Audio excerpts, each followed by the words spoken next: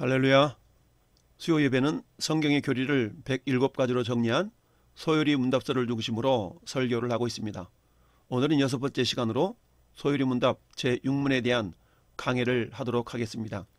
1643년 7월 1일 웨스트민스터 총회에 참석한 총 151명 가운데 30여 명의 평신도 사정관들과 121명의 최고의 신학자 즉 목사들로 구성된 이 회의에서 대부분 칼빈 신학을 계승하는 청교도적 장로 교인들이 중심이 되어 5년 7개월에 걸쳐 작성된 것인데, 이것이 웨스트민스터 신앙 고백과 대소요리 문답 3개의 문서입니다. 웨스트민스터 소요리 문답이라 함은 회의 장소가 웨스트민스터 예배당이었기 때문입니다. 소요리 문답 4번과 5번과 6번은 하나님에 대한 깨달음을 위한 질문과 답변이라고 했습니다. 소요리 문답 6문은 질문이 어렵습니다. 갑자기 하나님의 신격에 몇 위가 계시냐라는 생소한 용어가 등장합니다. 신격과 위라는 단어가 생소합니다. 무슨 말씀일까요?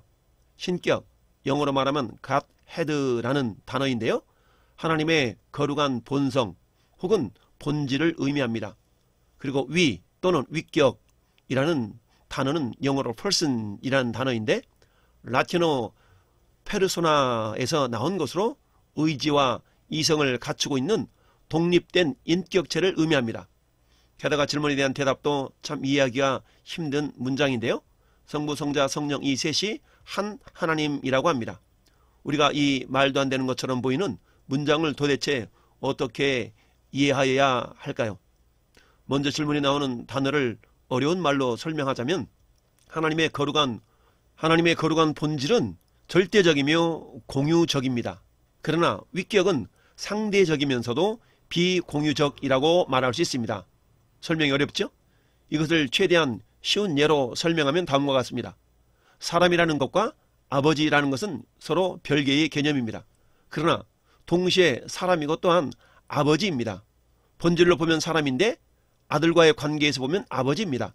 마찬가지로 하나님이시라는 것과 성부, 성자, 성령이라는 것은 서로 별개이지만 동시에 하나님이시며 또한 성부, 성자, 성령이십니다. 자기 자신에 대해서는 하나님이시고 서로 간의 관계에서는 성부, 성자, 성령이신 것이지요. 그럼 이 세 위격이 한 하나님이라는 말은 무슨 의미일까요? 앞에서 제5문을 통해서 우리는 하나님이 오직 한 분이시라는 것을 살펴보았습니다. 그런데 제6문에서는 성부, 성자, 성령이 각각 구별되는 위격이라는 것을 배우게 됩니다. 아버지, 아들 그리고 성령은 한 하나님이시면서도 세 가지 독특한 인격을 가지고 계십니다. 이 세 위격이 하나님으로서 동등하다는 것이죠. 즉 구별되면서도 동일하다라는 것입니다. 바로 이것이 신구약 성경을 통해서 하나님께서 자신을 우리에게 가르쳐 주신 것입니다. 삼위일체라는 용어를 이해할 때 흔히 세 분이 한 몸이라는 식으로 이해할 때가 많습니다. 그러나 이 말은 한자 그대로 몸체를 떠올려서 셋이 한 덩어리가 되었다는 뜻이 아닙니다.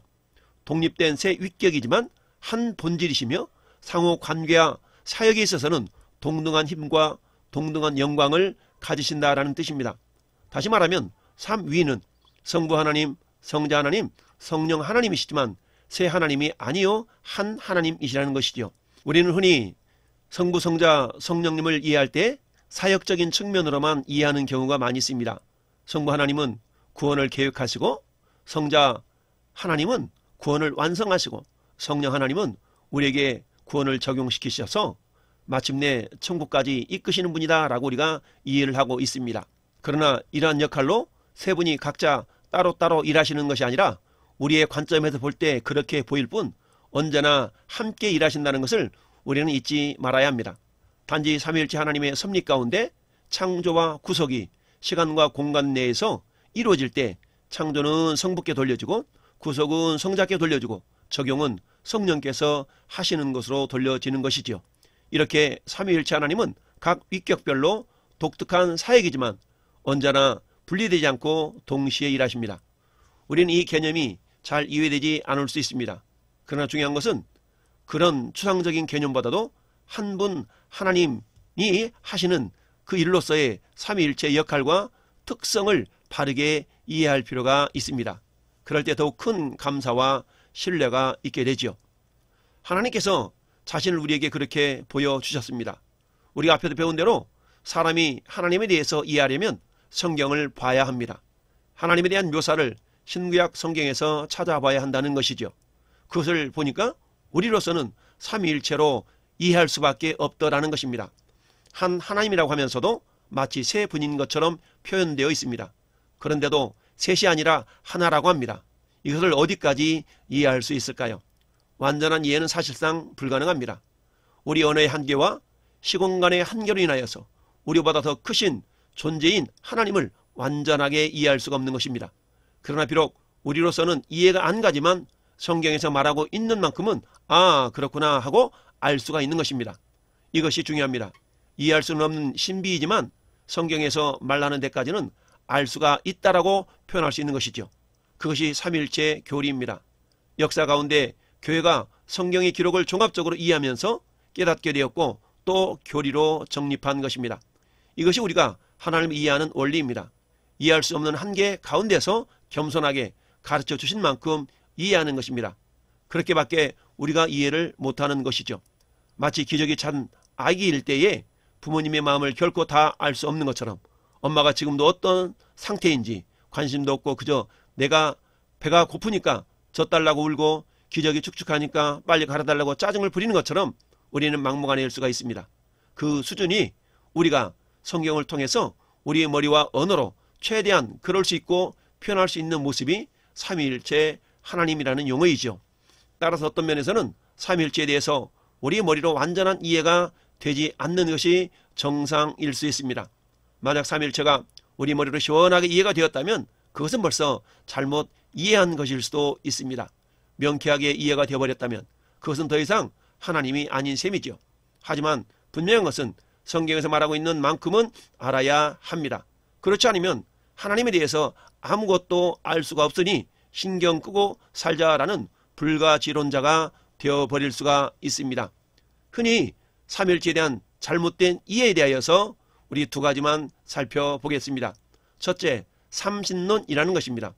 삼신론은 원래 세 분이 하나님이 계신다는 주장입니다. 그런데 그 세 분이 하나의 뜻 안에서 일치되어 마치 한 분인 것처럼 우리에게 나타나신다라고 설명하는 것이죠. 마치 로마의 삼두 정치가 세 명이 통치하지만 하나의 국고에 세금을 거두고 하나의 정책을 펼치며 외교와 전쟁에 있어서 하나의 통로를 갖는 것처럼 말입니다. 그러나 이것은 잘못된 이해입니다. 두 번째, 잘못된 이해는 단일신론입니다. 한 분인데 새처럼 그냥 보이는 것뿐이라 라는 주장이죠. 구약에서는 여호와 하나님으로, 신약에서는 예수 그리스도로, 오순절 이후에는 성령으로 1인 3력과 같이 모습을 바꾸면서 나타나셨다라는 주장입니다. 어떤 사람이 집에서는 아버지요, 회사에서는 회사원, 교회에서는 집사님인 것처럼 말입니다. 혹은 우리가 하나의 사물을 다양한 관점으로 보는 것처럼 하나님은 사실 한 분이지만 우리가 보는 관점에 따라 달라진다라고 하는 주장입니다. 이것을 일명 양태론이라고 하는 것이죠. 예를 들어 사과를 보면 사과 껍질과 사과씨, 사과 과육 이 세 가지를 볼 수가 있는데요. 또 태양을 보면 해 그 자체와 거기서 나온 빛과 열 이처럼 나누는 것인데 이건 역시 잘못된 삼위일체의 이해인 것입니다. 이러한 삼위일체에 대한 오류들을 보며 인간은 참으로 교만하구나, 기어이 신을 끌어내려서 자기 세계로 가둬두는 존재구나 라는 생각을 할 수 있는데요. 이처럼 우리가 어릴 때 그리스 로마 신화 등의 이방 신화를 접하면서 정말 허무맹랑한 이야기같이 느껴질 때가 있었습니다. 그럼에도 불구하고 우리가 기독교를 알면 알수록 지금 우리가 알고 있는 삼위일체의 신에 대한 이야기는 그만큼 높은 수준의 신인 것을 우리가 이해할 수가 있게 되는 것이죠. 삼위일체라는 말은 성경에는 없습니다. 인간이 만든 표현일 뿐이고 따라서 제한적이며 오류가 있을 수 있다는 것을 우리는 인정해야 합니다. 그러나 이 용어는 우리가 하나님을 이해하는 데서 큰 도움을 주며 자꾸만 내 멋대로 하나님을 이해하려 하는 우리 자신의 교만함을 막아주고 있습니다. 실제로 이 용어는 교회 역사 초기로부터 나타난 오류에 대답하는 과정에서 확립된 것으로서 그 후로 지금까지 수많은 이단으로부터 참된 지식을 보존하고 참과 거짓을 분별하는 기준이 되어주고 있습니다. 삼위일체 교리에서 벗어나는 것은 기독교, 개신교와 더불어 로마 카톨릭이라고 부르지도 않습니다. 그만큼 이것은 핵심적인 교리인 것이죠. 영원하신 하나님의 존재와 그분의 일하심, 인간의 두뇌에 다 담을 수 없습니다. 삼위일체 교리를 잘 정리한 위대한 신학자 어거스틴도 삼위일체 하나님을 다 이해하려 하는 것은 마치 바다를 국자 하나로 증명하려는 시도와 같다라고 했습니다. 우리가 다 할 수 없는 것은 하나님이시므로 그래서 더욱 크고 위대하신 하나님이십니다. 만약 하나님을 내 머리로 다 이해할 수 있다면 이미 그것은 하나님이 아닐 것입니다. 그렇다면 하나님을 알기란 영영 불가능할 것일까요? 우리는 영영 하나님을 모르고 살아야 할까요? 그렇지 않습니다. 하나님께서는 그런 우리를 위해서 자신을 알려주십니다. 하나님이 자신을 우리에게 계시하실 때 성부 혹은 성자, 성령 어느 하나의 모습으로만 보이셨다면 우리는 하나님에 대해서 자기 나름대로 추론을 통해서 잘못된 표상을 갖게 되었을 것입니다. 마치 장님 코끼리 만지듯 말입니다. 그래서 하나님께서는 우리 인간들에게 자신을 오류 없이 더 잘 알리시려고 삼위 하나님의 모습으로 보여주신 것입니다. 우리는 성경이 보여주는 모습 그대로 삼위일체 하나님으로 인식합니다. 어린아이의 부족한 인식력을 위해서 부모가 스스로 낮추시고 다가오는 것, 즉 부모가 아이와 공감하고 사랑을 나누기 위해서 남이 보면 유치할 정도로 아이처럼 되는 것과 같습니다. 이처럼 지극히 높으신 하나님께서도 어떤 이유에서인지 우리 인간 차원의 인식론에 맞추고 계시는 것을 깨닫게 됩니다. 그 이유가 무엇일까요? 사랑. 그분의 우리를 향한 높고도 크신 사랑이 아니고서는 다른 대답이 없습니다. 따라서 삼위일체 하나님을 배운 우리는 우리를 향하신 하나님의 배려에 감사하며 높으신 하나님을 더욱 찬양해야 합니다. 다른 한편으로는 하나님에 대한 성경의 가르침을 주목하지 않고 머릿속으로 함부로 상상하는 태도를 조심하며 버려야 할 것입니다. 열왕기상 8장 27절에서 솔로몬은 크신 하나님에 대해서 이렇게 고백합니다. 하나님이 참으로 땅에 거하시리까 하늘과 하늘들의 하늘이라도 주를 용납하지 못하겠거든 하물며 내가 건축한 이 성전이오리까 라고 고백하고 있습니다. 우리는 오늘 마태복음 3장 13절부터 마지막 17절을 중심으로 해서 놀라운 삼위일체의 비밀에 대해서 살펴보기를 원합니다. 첫째, 15절 말씀을 함께 봉독하겠습니다. 예수께서 대답하여 이르시되 이제 허락하라. 우리가 이와 같이 하여 모든 의를 이루는 것이 합당하니라 하시니 이에 요한이 허락하는지라. 이 15절 말씀을 통해서는 말씀을 중심으로 교회가 하나 될 때 하나님의 뜻을 성취할 수 있다는 것을 깨달을 수가 있습니다. 세례 주기를 망설이고 있는 세례 요한을 향해 하신 주님의 말씀입니다. 즉 죄 없으신 예수께서 회개의 세례를 받는 것이 비록 인간의 눈에는 불합리하게 보이나 하나님의 의를 이루기 위해서는 그렇게 하는 것이 합당하다라는 말씀입니다. 그러면 왜 이렇게 하는 것이 하나님의 의를 이루는 것일까요? 여러분, 하나님께서는 이미 인류의 죄를 그리스도께서 담당하도록 결정하셨습니다. 즉 그리스도가 범죄자로 헤아림을 받아 채찍을 맞으시고 찔림을 당함으로 대신 죄 있는 인간들이 구원을 얻도록 하신 것입니다. 이것이 바로 인류를 구원하고 하나님의 의를 드러내게 한 성부 하나님의 뜻인 것이죠. 이런 하나님의 결정이 어찌 보면 불합리한 것처럼 보일지 모르지만 말입니다. 그러므로 이러한 하나님의 뜻을 이루기 위해서는 죄 없으신 그리스도께서 마치 죄 있는 자와 같이 취급되는 것이 마땅한 일이었습니다. 때문에 그리스도께서는 이러한 하나님의 뜻을 아셨기에 망설이는 세례 요한을 강권하여 세례를 받으셨던 것입니다. 그리고 보십시오. 세례 요한이 순종하여 세례를 베풀자 어떠한 일이 일어났습니까?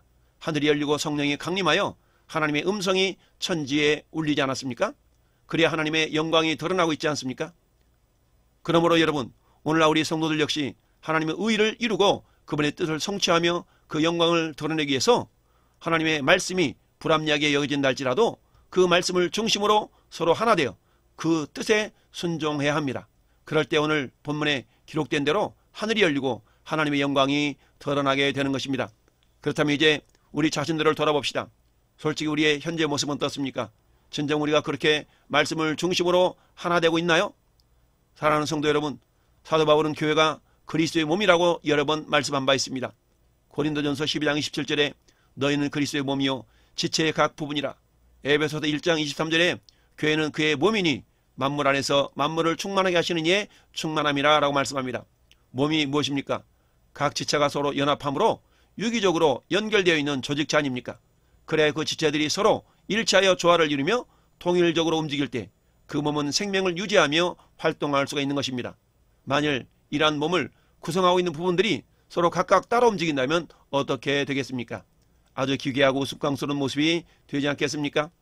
그러므로 그리스도의 몸으로 부름받아 각 지체를 이루고 있는 저와 여러분들은 너와 나의 뜻이 아니라 바로 하나님의 말씀을 중심으로 삼기를 바랍니다. 그리고 주님과 세리요한처럼 서로를 세워주고 순종하며 한 마음으로 하나님의 뜻을 위해서 움직여 나아갈 수 있기를 바랍니다. 그럴 때에 하늘이 열리고 하나님의 영광이 드러나는 놀라운 역사가 일어나게 됩니다. 두 번째, 16절 말씀, 예수께서 세례를 받으시고 곧 물에서 올라오실 때에 하늘이 열리고 하나님의 성령이 비둘기같이 내려 자기 위에 임하심을 보시더니 라고 말씀합니다. 16절 말씀을 통해서는 믿음으로 먼저 순종하는 자에게 하늘이 열린다는 이야기입니다. 누가복음 3장 21절은 병행구절입니다. 백성이 다 세례를 받을새 예수도 세례를 받으시고 기도하실 때에 하늘이 열리며 라고 기록하고 있습니다. 이처럼 세례를 예수께서 받으신 것과 하늘이 열린 사이에는 기도하실 때라고 기도하셨다는 사실을 하나 더 추가하고 있는 것을 보게 됩니다. 그러나 그 자세한 사실이 어땠든 이 짧은 복음서의 기록을 보면서 한 가지 간과해서는 안 될 중요한 사실이 있습니다. 그것이 바로 그리스도의 세례와 하늘이 열리는 순서입니다. 이 사건을 기록한 공관복음 저자들은 한결같이 예수께서 세례를 받으시고 물에서 올라오자 하늘이 열리고 성령과 하나님의 음성이 임했다라고 기록하고 있습니다. 그리고 이러한 순서가 뒤바뀐 곳은 하나도 없습니다. 그렇다면 이러한 사실은 무엇을 의미하는 것일까요? 사랑하는 성도 여러분, 그리스도의 세례 받으심은 일견평범하고 당연한 것처럼 보이나 사실 그것은 우리가 따를 수 없는 믿음과 순종이 수반된 행동이었습니다. 왜냐하면 그것은 죄 없으신 예수 그리스도께서 죄 있는 인간의 모습으로까지 자신을 한없이 낮추어야만 가능한 일이었기 때문입니다. 뿐만 아니라 이는 세상 사람들의 오해와 의심을 사기에 충분한 행동으로 장차 메시아로서 천국 사역을 전개하는 데 있어서 상당한 위험과 불이익이 따를 가능성이 있었기 때문입니다. 하지만 여러분, 하나님께서는 이러한 그리스도께서 먼저 자신을 죄인의 이치까지 낮추시며 세례를 받았을 때에 드디어 하늘을 여심으로써 주님을 영광스럽게 하셨던 것입니다. 이처럼 언제나 하나님께서는 우리가 먼저 믿음으로 순종할 때에 역사해 주시는 분입니다. 즉 하나님께서는 먼저 눈에 보이는 축복을 주신 후에 믿음의 순종을 요구하는 분이 아니라 눈에 보이지 않아 믿음으로 순종할 때에 그 믿음을 보시고 비로소 하늘의 문을 여시고 눈에 보이는 축복을 하시는 분인 것입니다. 이른바 사르밧 과부가 먼저 마지막 남은 음식을 엘리야에게 드렸을 때에 음식이 끊어지지 않는 축복을 받은 것이나 주님의 치유를 믿으면서 제사장에게 갈 때에 치료를 받았던 10명의 문둥병자들의 사례가 바로 이러한 것을 설명해 주고 있습니다. 사랑하는 성도 여러분, 이와 같이 예수님처럼 먼저 순종함으로 하늘이 열리는 복을 경험하는 주인공들이 되시기를 예수님의 이름으로 축원을 드립니다. 셋째, 17절 말씀을 보시겠습니다. 하늘로부터 소리가 있어 말씀하시되 이는 내 사랑하는 아들이요 내 기뻐하는 자라 하시니라. 세 번째, 하나님의 나라에서는 섬김과 다스림이 하나라는 의미입니다. 이는 그리스도께서 세례 후에 물에서 올라오시자 성부 하나님께서 온 세상을 향하여 선포하신 말씀입니다. 그리고 이는 성령의 잉태와 더불어 그리스도의 정체성을 밝혀주는 핵심적인 사실이기도 합니다. 그렇다면 이 말씀의 의미는 무엇일까요? 우리는 이 말씀을 생각하기 전에 먼저 이러한 하나님의 선포가 그리스도의 세례 시에 즉석에서 이루어진 것이 아니라 이미 오래전부터 하나님의 선지자와 종들을 통해서 선포되고 예언된 말씀이었다는 사실을 기억해야만 합니다. 그러므로 우리는 이러한 하나님의 말씀을 인간의 근거 없이 상상이나 추측에 의하여 마음대로 해석하는 일을 해서는 안 됩니다. 먼저 내 사랑하는 아들이라는 말씀을 보시겠습니다. 이는 일찍이 하나님께서 왕의 노래로 불리는 시편 2편에서 선포하신 말씀으로서 시편 2편 7절에 여호와께서 내게 이르시되 너는 내 아들이라 오늘날 내가 너를 낳았도다 라는 그런 말씀을 반복하신 것입니다. 그리고 하나님께서는 이 말씀을 통해 요한의 세례를 받은 그리스도는 죄 있는 인간이 아니라 바로 하나님의 아들로서 만왕의 왕이심을 만천하에 선포하신 것입니다. 이로써 우리 주님은 우리와 같은 평범한 인간이 아니라 하나님께서 친히 기름 부어 보내신 메시아라는 사실이 하나님으로부터 증명된 사실입니다. 뿐만 아니라 뒤에 나오는 내 기뻐하는 자라라는 이 단어는 이사야 42장 1절에 있는 내가 붙드는 종 내 마음에 기뻐하는 나의 택한 사람을 보라라는 그런 예언을 말씀하신 것으로서 이는 이사야를 통해서 노래한 종의 노래의 반복입니다. 그러므로 이는 그리스도께서 하나님의 종, 그것도 고난받는 종으로서 이방 땅에 공의를 베풀고 인류를 죄에서 구원할 분이심을 말씀한 것입니다. 그래야 하나님께서는 이러한 왕의 노래와 종의 노래를 통해 그리스도는 하나님의 아들 곧 세상의 왕임과 동시에 인류를 위해 자신을 희생제물로 내어놓으실 고난받는 종이라는 사실을 선포하신 것입니다. 그렇다면 여러분, 이러한 사실은 무엇을 의미합니까? 그렇습니다. 그리스도가 왕이면서 동시에 종이라는 사실은 우리에게 진정한 왕은 섬기는 종이며 반대로 진정으로 섬기는 자만이 진정한 왕이 될 수 있다는 것을 말씀해 주시는 것입니다. 여러분, 이처럼 하나님의 나라에서는 섬기는 자와 다스리는 자가 곧 하나인 것입니다. 그리고 바로 이런 놀라운 역설과 일치가 성령을 통해서 역사하는 하나님의 나라가 지니는 독특한 비밀인 것입니다. 여러분, 세상에서는 다스리는 자와 섬기는 자가 분리되었습니다. 그래야 왕은 영원히 다스리는 자요, 섬기는 종은 영원히 비참한 종으로 남아있을 뿐입니다. 그러나 하나님의 나라에서는 왕이 곧 종이요, 종이 곧 왕으로서 왕의 권세는 곧 섬기는 권세요, 따라서 섬기지 않는 자는 왕도 될 수가 없는 것입니다. 사는 성도 여러분, 주님처럼 우리도 스스로를 낮춰 이웃의 발을 씻기며 희생으로 섬김으로써 주님과 같이 온전한 왕의 권세를 넣는 하나님의 자녀들이 되시기를 예수님의 이름으로 축원을 드립니다. 성부, 성자, 성령 하나님의 이름으로 세례를 받고 성령의 인치심으로 통해 하나님의 사역자로 부름받은 우리 모두는 주님과 같이 자신을 낮추고 받은 사명을 위해 헌신함으로써 하나님으로부터 내 기뻐하는 자라라는 칭찬을 듣는 주인공들이 되기를 예수님의 이름으로 축원을 드립니다. 아멘. 이제는 우리 구주 예수 그리스도의 은혜와 아버지 하나님의 놀라우신 사랑하심과 성령 하나님 내주교통 감화감동 역사 충만하심이 삼일체 교리를 새롭게 깨달으며 진정 예수 그리스도의 은혜를 경험하며 놀라운 삼일체 비밀을 깨닫는 모든 성도들 머리에와 가정과 직장과 생업 위에 기도 제목 위에 영원토록 함께 있을지어다.